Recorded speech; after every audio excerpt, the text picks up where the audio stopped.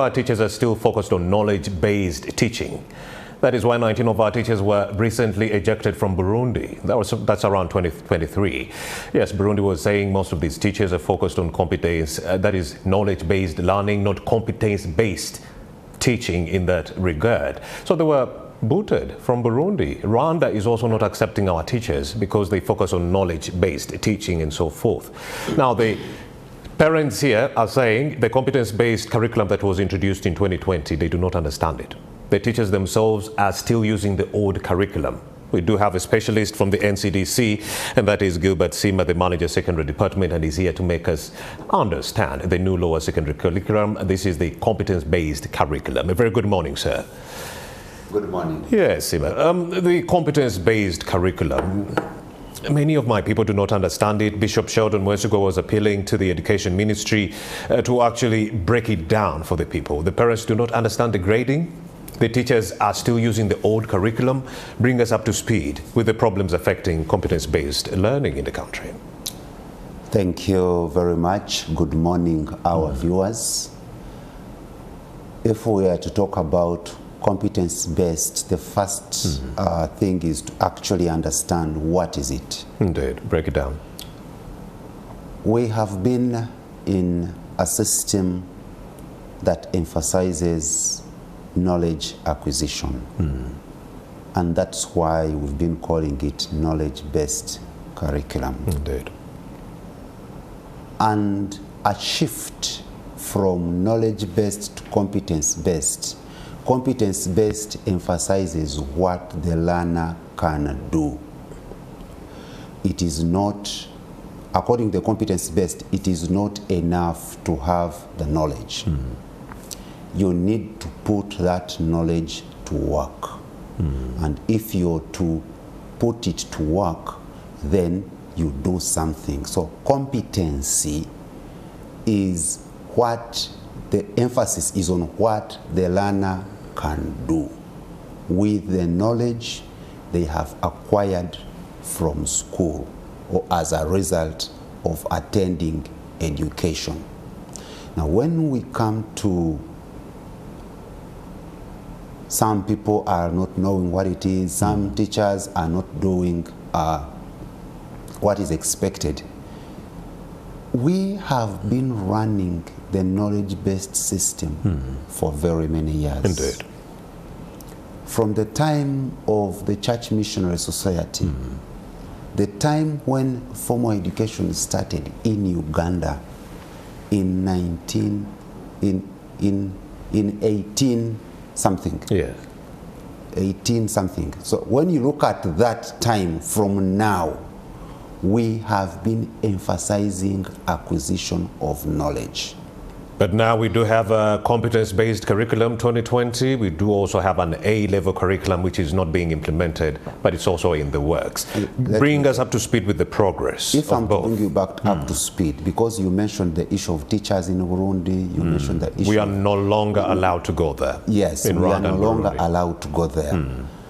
If you're to look, to scan through the African continent and even across the world and see what happens in education systems, the emphasis is on acquisition of skills, knowledge, and values for purposes of building the nation. Why has it been hard to implement this? It sounds easy on paper. It sounds easy on paper, but the details are quite intricate. For example, when we talk about the issue of teachers, when we are training to be teachers, we are exposed to almost all this, whether knowledge-based or competence-based. Actually, the times we go for school practice, yes, sir, emphasis is on what the learners are able to do, engage the learners, make them work, interact with them. But when we go to the workplace after qualifying, you find that there is a bit of a shift, because the parent somewhere comes and tells the head teacher that I've brought my child, I need a first grade. Indeed. And because of that, if there are 30 parents out of 50 who need a first grade, then we push for the first grade. So what do you expect the teacher in the class to do? The teacher is conditioned to drive these learners towards the acquisition of the first grade.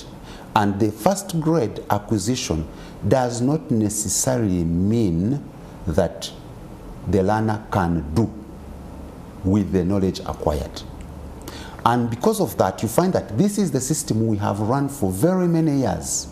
Now, to come and change that system, it will take a lot of time. It takes some patience, it takes some deliberate effort to get that. One of the deliberate efforts should be to retool these teachers. Have these teachers been retooled with the competence-based curriculum so that they could shift from the knowledge-based curriculum?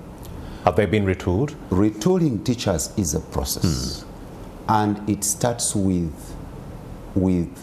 showing them what is expected, and then we take them through retooling programs, and that is a process. The challenge is that at times we expect that a person who has been teaching the knowledge-based system for the last 15 years, 20, you take them through a retooling program of 5 days, you expect them to be up to speed. No.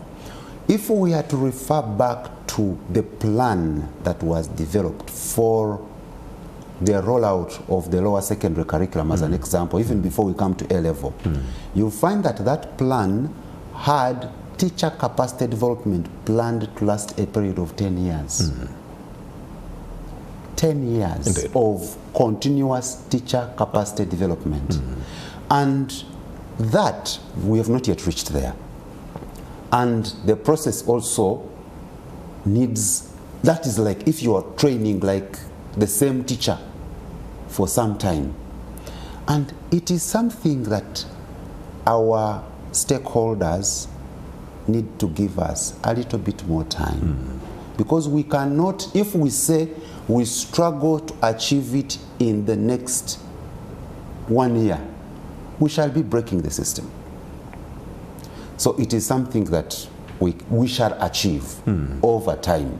But also, one of the reasons we have taken long on this is to change the mindset of all stakeholders from knowledge-based system. Indeed. A number of schools, they are still looking for grades. They are still looking for first grades. And because of that... And we're not looking at first grade, we're looking at critical thinking, application of this knowledge. Classes have to end by 2:30 p.m. so that students engage in co-curricular activities. This is not happening. What are you going to do about it? Yes, and you see, it is an issue of the mindset, because the mindset tells you that the longer you are in class, the better you are. But the more you practice, the reason you have time from 2:30 to actually it's 2:50, 3 almost, up to 4:30, 5.